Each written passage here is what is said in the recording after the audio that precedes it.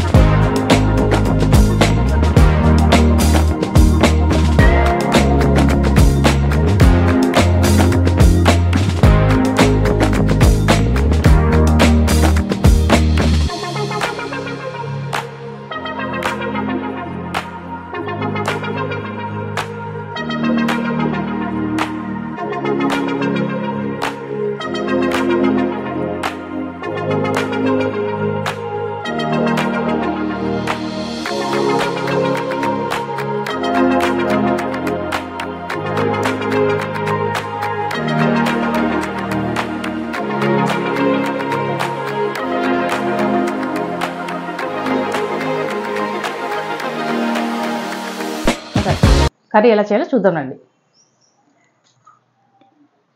ఇవి కట్ చేసిన ముక్కలండి.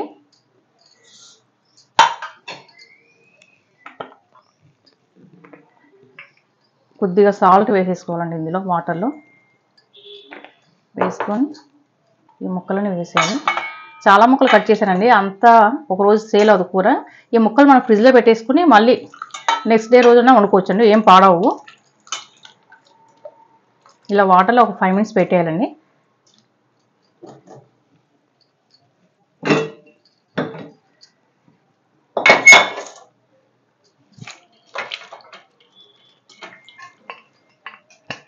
కుక్కర్లో వేసి ఉడకబెట్టాలండి. ఇది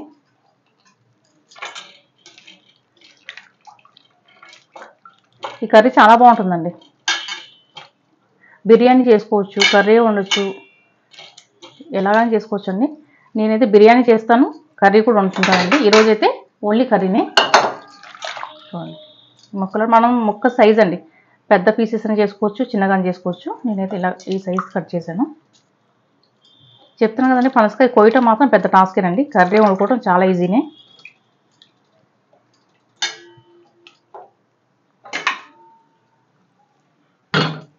ఇంతవరకు ఒక విజిల్ చాలండి, బాయిల్ చేసుకుందాం.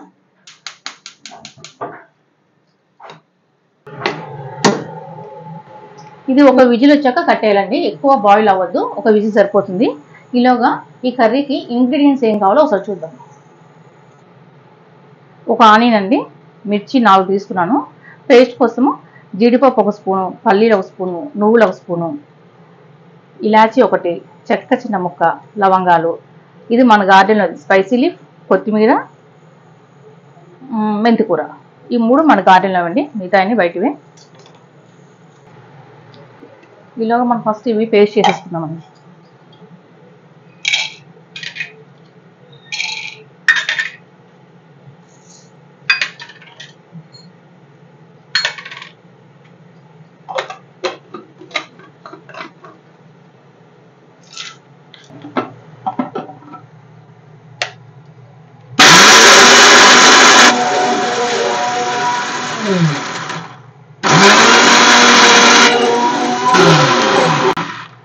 కొద్దిగా వాటర్ వేసుకొని పేస్ట్ లాగా చేసుకోవాలండి. ఆనియన్ కూడా కట్ చేసుకుందాం మనం. ఆనియన్ ఇందులో వేస్తే ఫాస్ట్గా అయిపోతుంది కట్ చేయటం.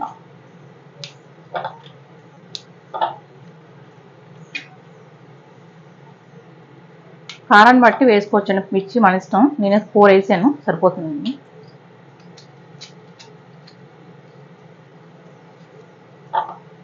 ఈ కర్రీ వైట్ రైస్లోకి బాగుంటుంది, చపాతీలో కూడా చాలా బాగుంటుందండి. బిర్యానీ వండుకున్నా బాగుంటుంది పనసకాయతో. మనం సోప్ చేసుకుందాం.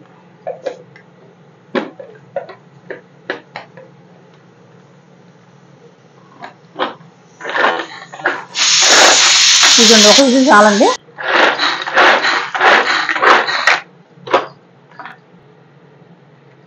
చూడండి ఎంత బాగా అయిపోయింది. మిర్చి కూడా చాలా మంది పిల్లలు తీసేస్తుంటారు. ఇందులో వేసేస్తుంటే ఇలా వేసేసాం అప్పుడు మిర్చి కర్రీలో కలిసిపోతుంది. ఈలోగా కొద్దిగా ఆయిల్ వేసుకుందామండి. ఆ ముక్కలు ఆయిల్లో వేపాలండి. ఫస్ట్ మనం స్టవ్ వెలిగించుకుందాం. ఇలాగ ఆయిల్ వేడవుతుంది. ఈ విజిల్ తీసేద్దాం.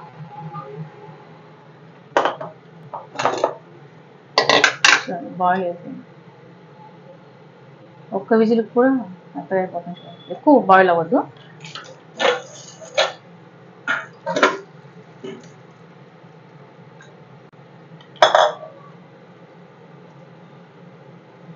ఈ ముక్కల్ని ఇప్పుడు మనం ఆయిల్లో వేసి వేపుకోవాలండి.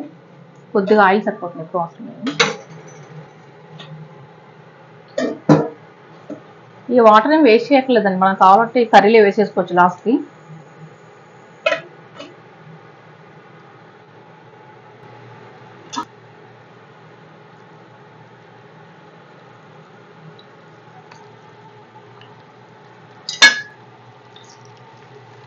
కొద్దిగా వేపుకుని సరిపోతుంది, లైట్గా, ఎక్కువ అవసరం లేదు.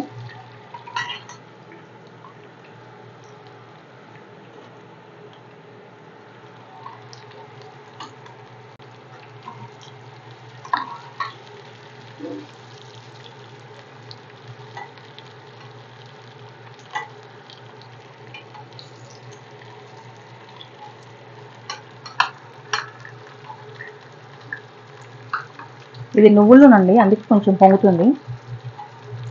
నువ్వుల నూనె, పల్లి నూనె కొద్దిగా పొంగిద్ది కదండి.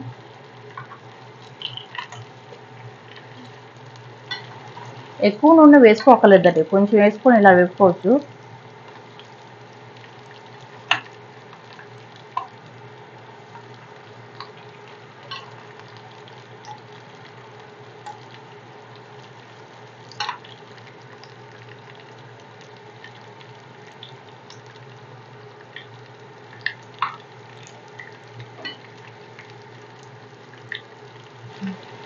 చాలండి, ఈ మాత్రం అయితే సరిపోతుంది.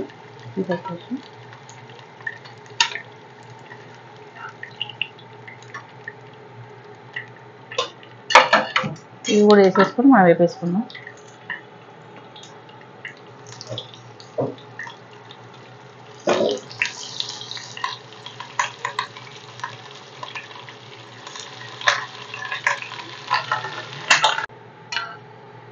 ఇలా ఈ ముక్కలను పక్కన పెట్టేసుకోవాలండి. ఇందులో ఉన్న ఆయిల్ సరిపోతుందండి కర్రీకి. ఈ ఆనియన్ వేసేయాలి మనకు.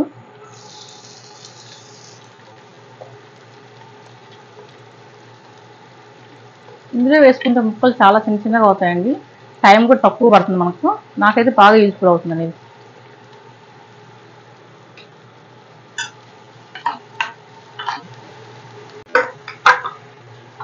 అంతేనండి. ఈ ఉల్లిపాయ వేగాక ఈలోగా ఈ స్పైసీ ఎక్కువ వేసేద్దామండి.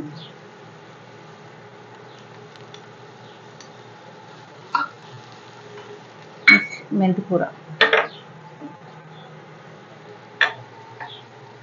ఇవి చిన్న పీసులు చేసుకుంటే బాగుంటుంది.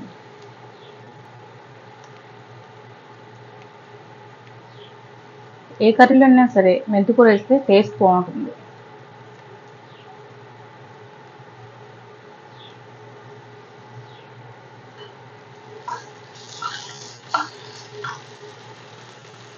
ఇది కూడా వేసేద్దాము.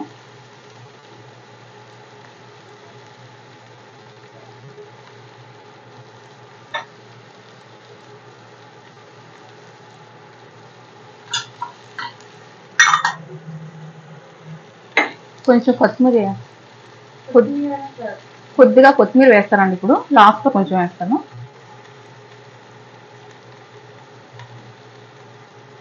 ఇది కర్రీ అంతా అయిపోయాక లాస్ట్లో వేద్దాము, పక్కన పెడతాండి.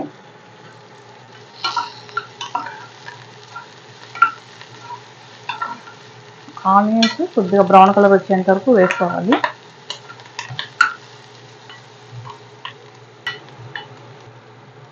కొద్దిగా అల్లం వెల్లుల్లి వేసుకోవాలండి. ఒక స్పూన్ కంటే తక్కువేనండి అల్లం వెల్లుల్లి పేస్ట్. ఇది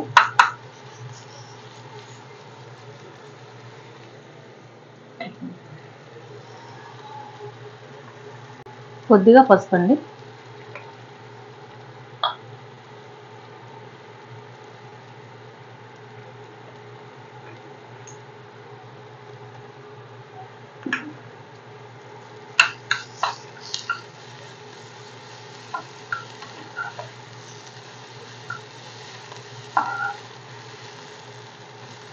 పసుపు వేసుకున్నాక కొద్దిగా కారం వేద్దాం అనుకుంటే మనం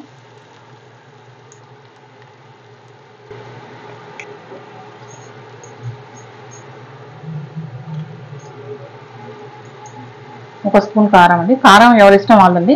కొంచెం కారం ఎక్కువ తినాలైతే కొంచెం ఎక్కువ వేసుకోండి, తక్కువ అయితే తక్కువ. నెక్స్ట్ ధనియాలు కూడా ఒక స్పూన్ అండి.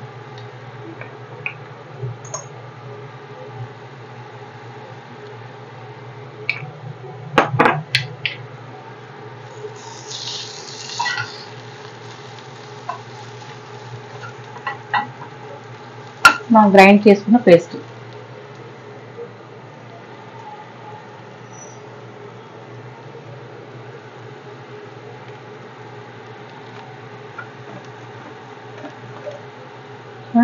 పేస్ట్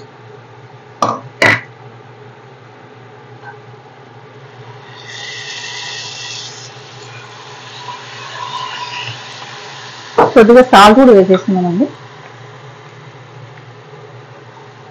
రుచికి సరిపడినంత సాల్ట్.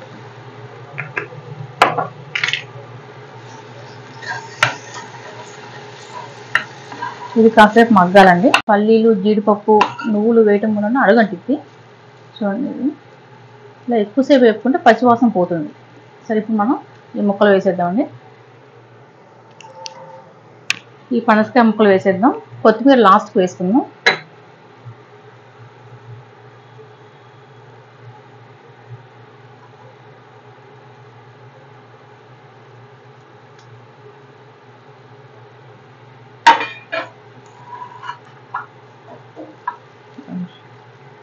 ఇది ఒక నిమిషం వేపుకోవాలండి ఇలాగా ఈ ముక్కలని.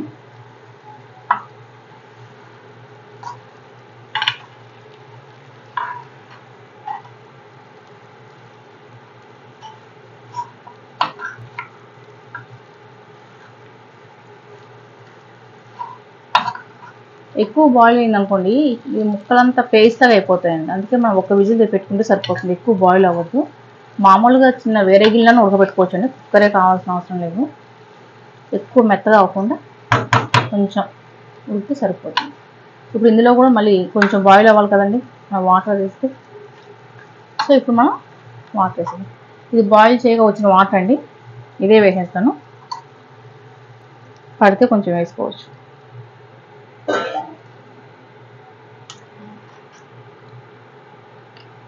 కొద్దిగా వాటర్ వేస్తాను. కొద్దిగా వేద్దామని వాటర్ ఫస్ట్ హైలో పెట్టి తర్వాత సిమ్లో పెట్టాలండి. ఈ ముక్కలకి ఈ ఉప్పు, కారం ఇదంతా చక్కగా పడుతుంది పనసకాయ ముక్కలకి. రెడీ అయిపోయిందండి కర్రీ. చూడండి, చక్కగా అయిపోయింది కదా. ఈ పనసకాయ ముక్కలు చిన్న కాలంలో కట్ చేసుకోవచ్చండి. నేను కొంచెం పెద్దగా ఉంటే తింటాం ఇష్టం అని చెప్పి ఇలా పెట్టాను, ఇలా కట్ చేశాను.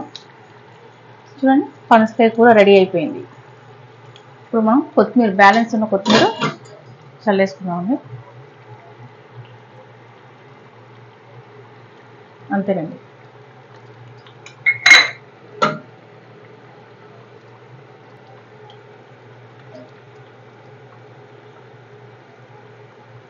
టేస్ట్ చూద్దామా?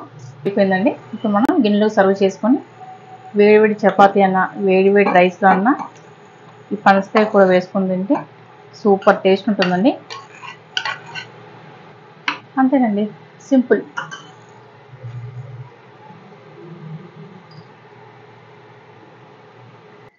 వేడి వేడి పనసకాయ కూర రెడీ అండి. ఈ డిష్ మీరు కూడా ట్రై చేయండి. ట్రై చేసి నా కామెంట్ రూపంలో చెప్పండి. మీరు ఇంకా వేరే విధంగా ట్రై చేస్తే నాకు కామెంట్ రూపంలో చెప్పండి. ఈ వీడియో మీకు నచ్చినట్లయితే please like, share and subscribe. Thank you for watching. Happy gardening.